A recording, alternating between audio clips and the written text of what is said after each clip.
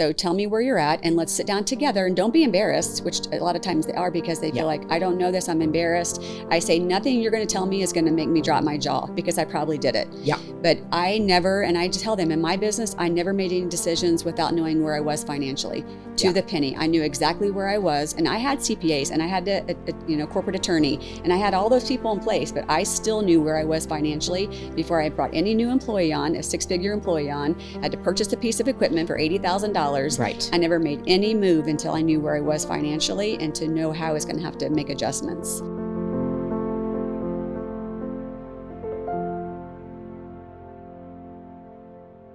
Hi, everybody. Welcome to Her Table, Her Rules. I'm Juliet Peters, your host, and I am thrilled today to have Erica Seagrave here to talk about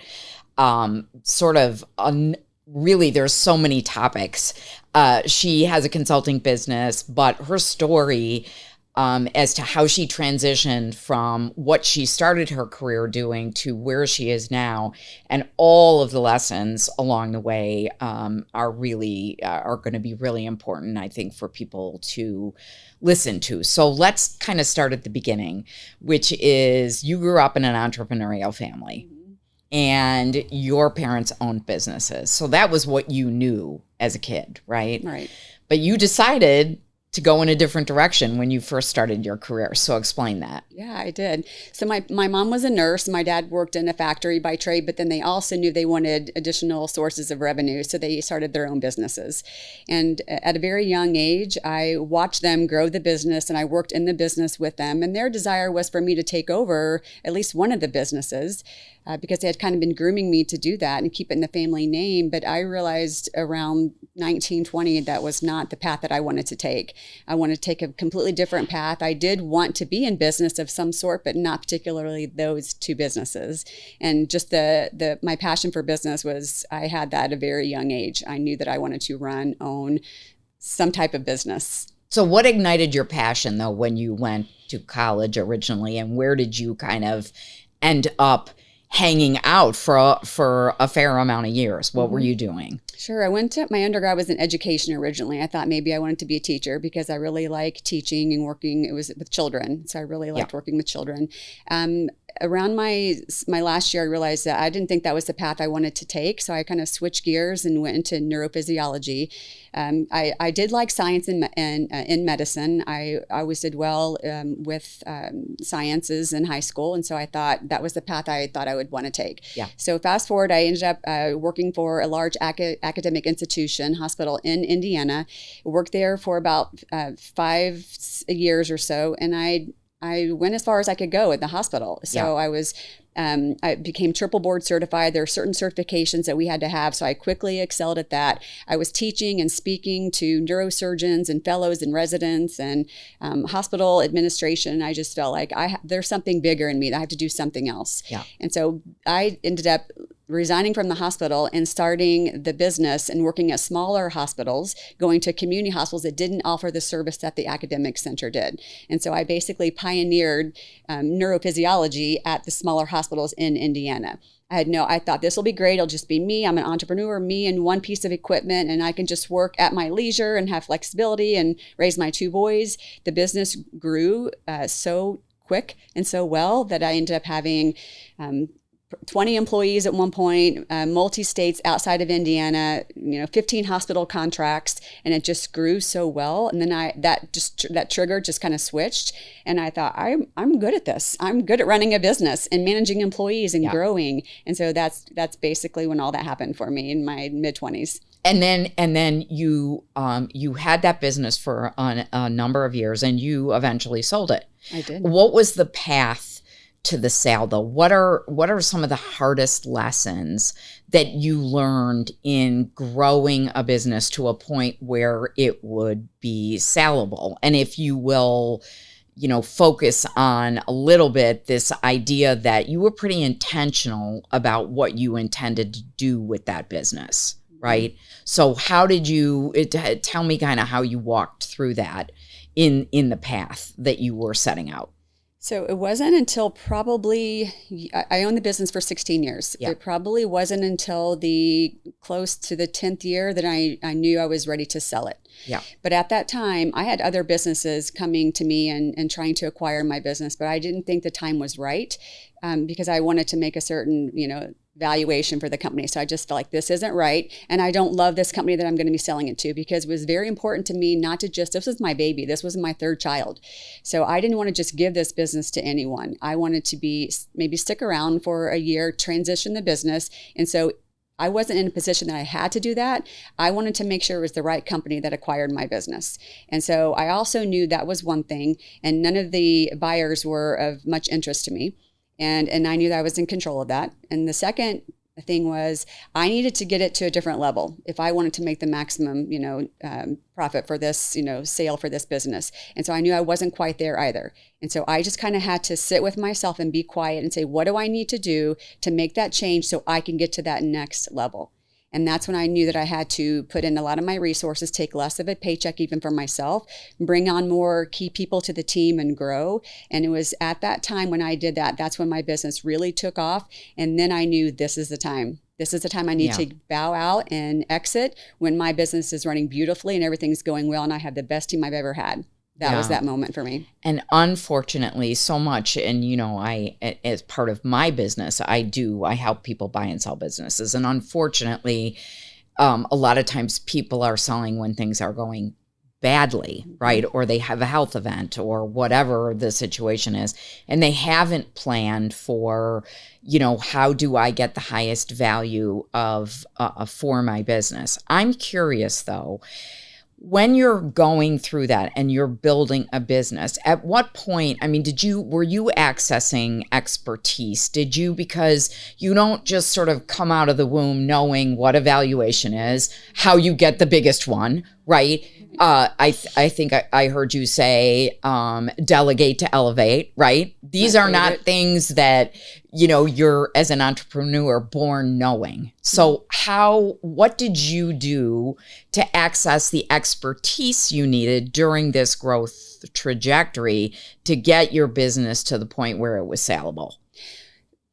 I knew that I had to learn those things for myself because I didn't have a business degree. I didn't have my MBA. So I knew that I had to be a little bit more unique and work a little harder and hustle, which I think is what makes my story, and my husband actually calls it a Cinderella story. Yeah. When I started the business, I went to the bank and I just asked, what do I have to do to start this business to get a bank account? You have to put $50 in your account. Okay, I'm going to do that.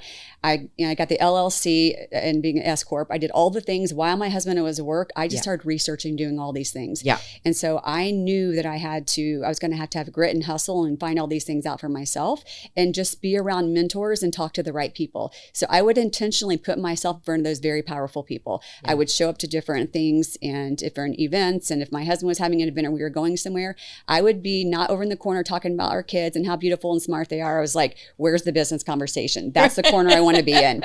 I want to learn from these men and women, and that's how I'm going to just grow and elevate my business. So I had to be very intentional and go out and research and find that information because it wasn't at my fingertips. And by the way, I was very busy running the business too and raising two boys. So I had to do all this, in my spare time to learn, what do I have to do to level up? Because I didn't have a business coach, a consultant at that time either. Yeah. So I had to just, go out and get that information and find it. Yeah. I think one of the things that, as women, we're really good at bootstrapping. We're really good at gathering information. I think sometimes we're less willing to access expertise, which I think sometimes is a negative. Not in your case, obviously. You did it, come hell or high water, right? But I think people can ease their own struggle sometimes by accessing expertise. So they don't have to do it sort of all on their own. So when you sold the business, then you made yet a third really huge transition into consulting and coaching. And specifically, you're coaching on operations, which is not that common, right? There's a lot of leadership coaching, but operations, which is the key really to the success of any business. That's right. There's not as much sort of out there. So how do you kind of approach, working with a company who has leakages, we'll just call it that, on their operations side? When I first started my business, I wasn't sure that I wanted to go into operations. I didn't really know, to be honest, to be fully transparent. I thought I'm going to be the person I wish I would have had 20 some years ago. So I'm going to guide and advise the CEO of the company, decision maker, CEO, C-suite, whoever that is I'm working with. I'm going to advise them and tell them what not to do and what to focus on.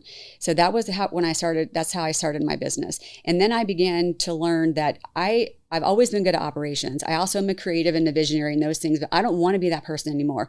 The businesses need someone to help them execute and implement, and they do not have that. They're not doing it themselves. It's a very small number of CEOs that can do that. Yeah. And so I just thought, here's the hole.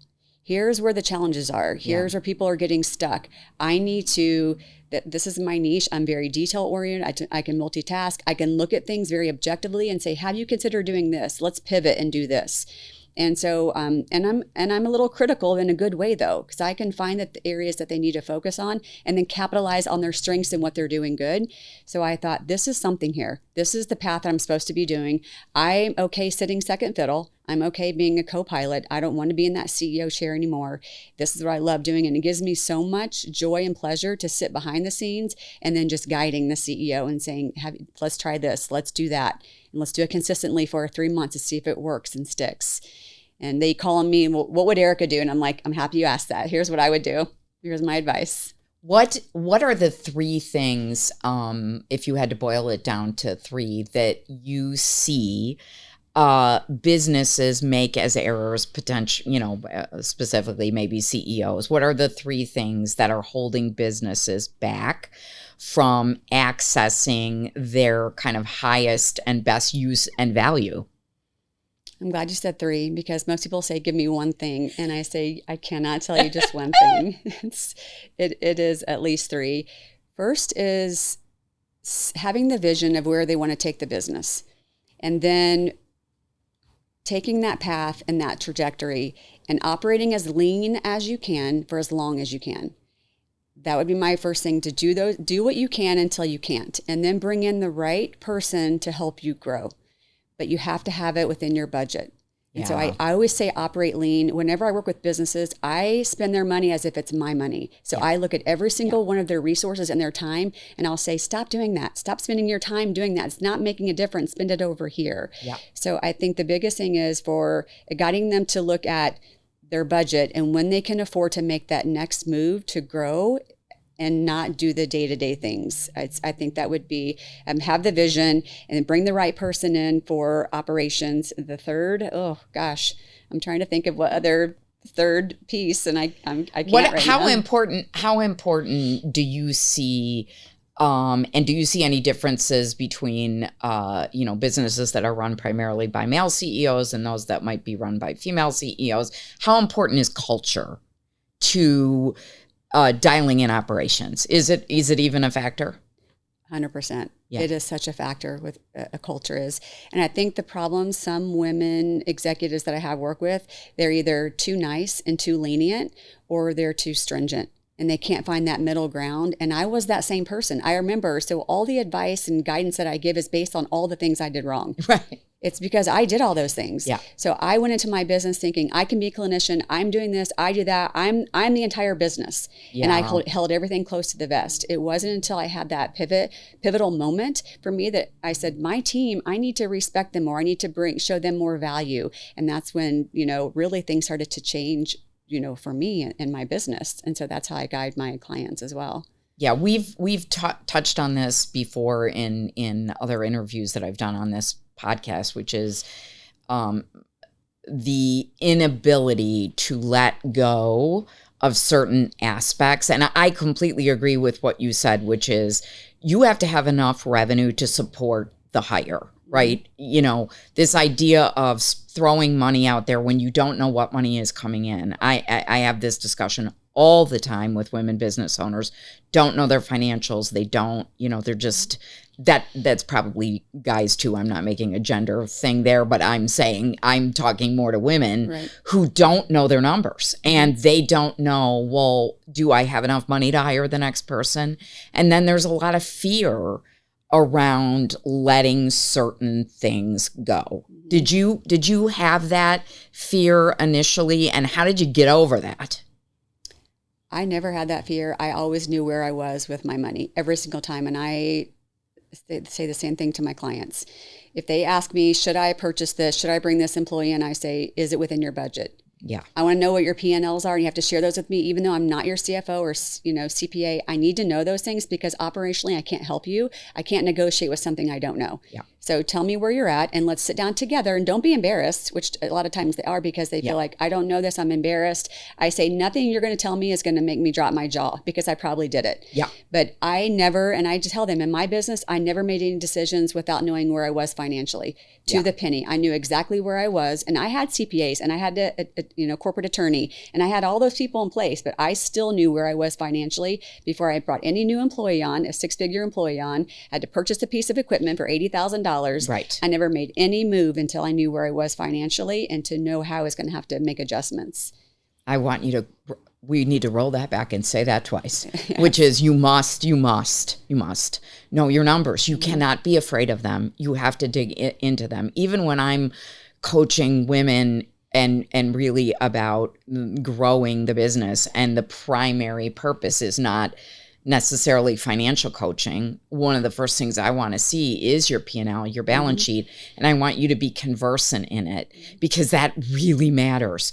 You can't know where you're driving to if you don't have a handle on your numbers, right? Right, 100%. Super important. You can't just trust that your CPA is going to give you the best advice from a tax perspective, or what you can and can't spend. And absolutely, you have to have your finger on the pulse when it comes to that. Yeah, and I have a lot of women who I talk to who are S Corps.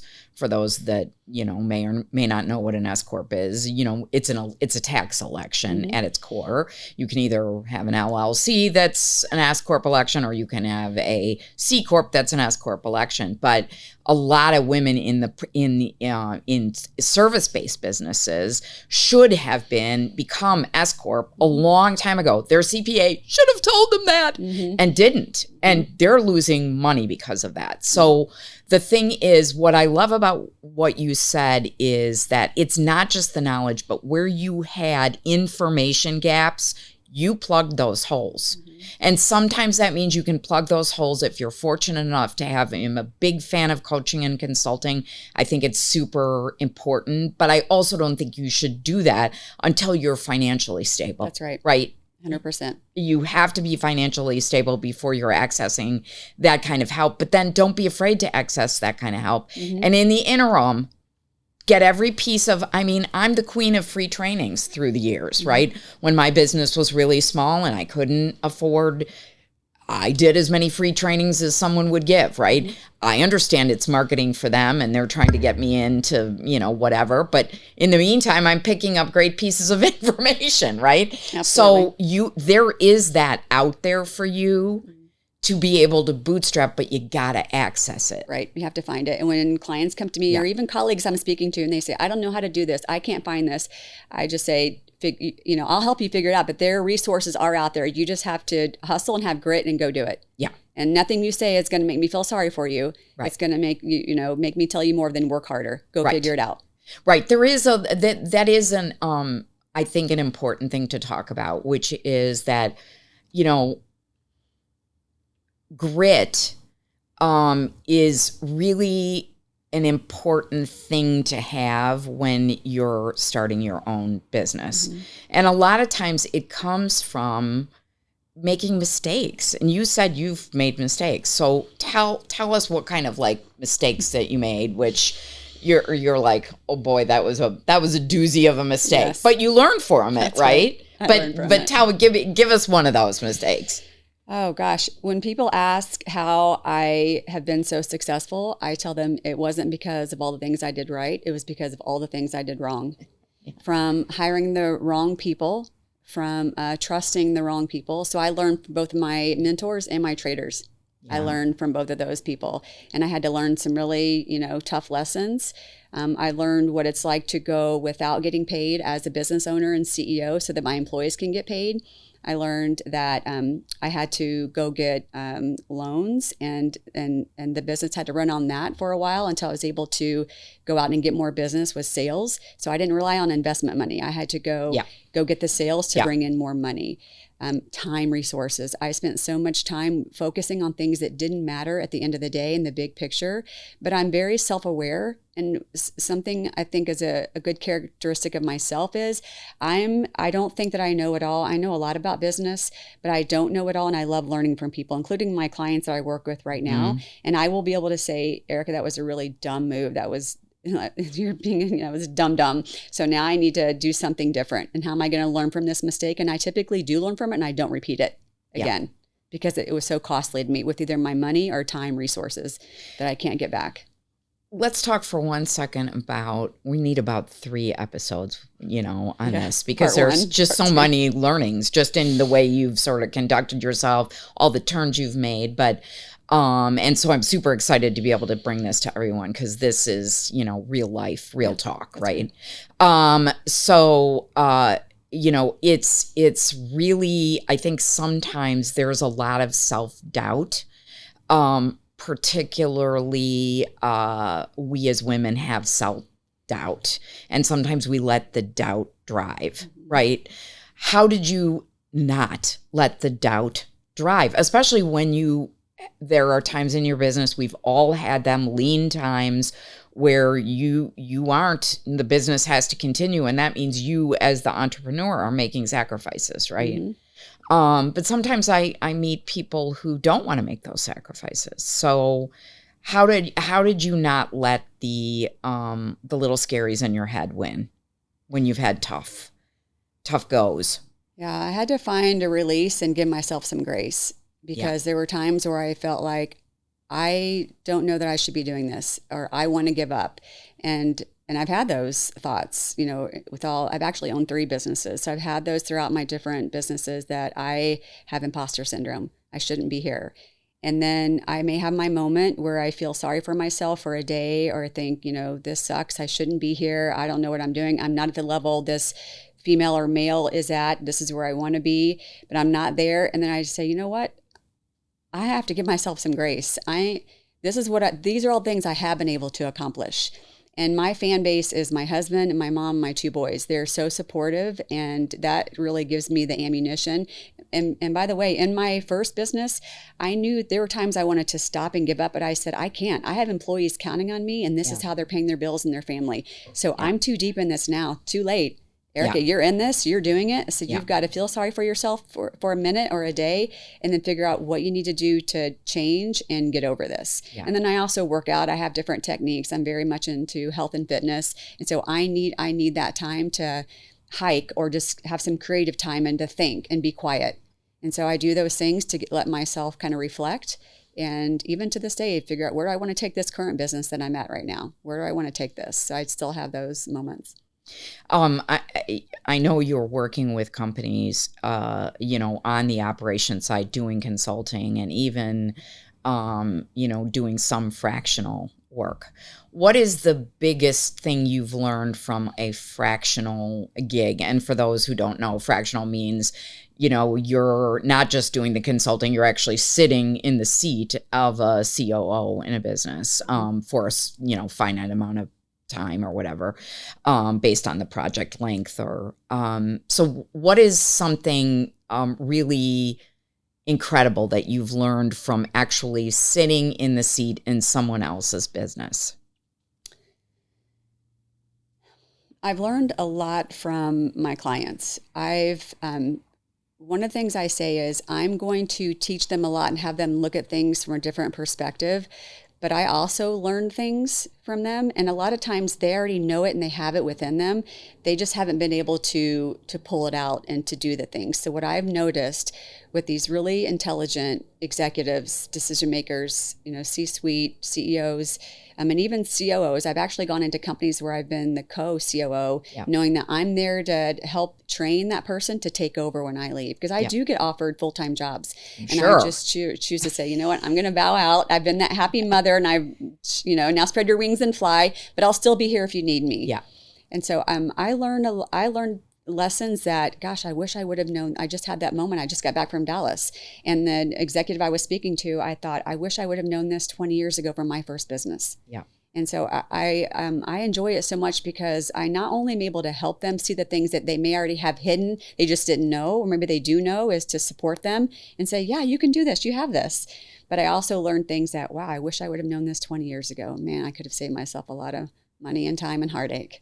What is we'll unfortunately have to end it on this, but what is the one thing you would say to a woman entrepreneur that's sitting out there watching this and is sort of, filled with doubt and not clear on what it is they're supposed to be driving at? What do you think you would say?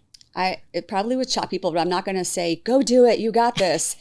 I'm not going to be that person because I'm very transparent. I'm not for everyone. My coaching technique isn't for everyone because I'm very honest about things. I would say, do your market research. You may be passionate about something, but it doesn't mean that you can just go out and start a business and be successful. Yeah. And so I would say if you have this idea and you think it's a good idea, then you can profit from your passion project, then talk to someone who knows better than you, who's been through it. At least have a conversation, because people like us will be a mentor and we'll give that advice for free to some people that we're trying to help. But that would be my first thing, is to say, go speak to someone that you respect, who is seasons, above you and further than you, that has gone through it, and ask them, this is the idea that I have. How would you guide me? Yeah. Because it doesn't mean I would just say yes, go do it. That's a wonderful idea. I would say, I'd be the devil's advocate and say, have you thought about this? Yeah. What market analysis have you done on this this venture that you're going? How much money do you have? What's your resources? Yeah. And how long is that going to last you? What's your end goal here? I'd be peppering them with all these questions. And then I would say, now if you're going to do it and I believe in you, now I got you. And now I'm going to support you. Yeah. Yeah. Yeah, that's great advice. Thank you so much, Erica Seagrave, for being with us today. I really, really appreciate it. And I know there's going to be so many really golden nuggets that came out of this. So I really appreciate it. Thank you. And where can people find you? Yes, I'm on social media. I'm on all the social media. So my handle is MJS Consultants. And then my website is seagraveconsultants.com. All right. Thank you so much. Thanks for tuning in to Her Table, Her Rules. Make sure you subscribe, and we'll see you next time.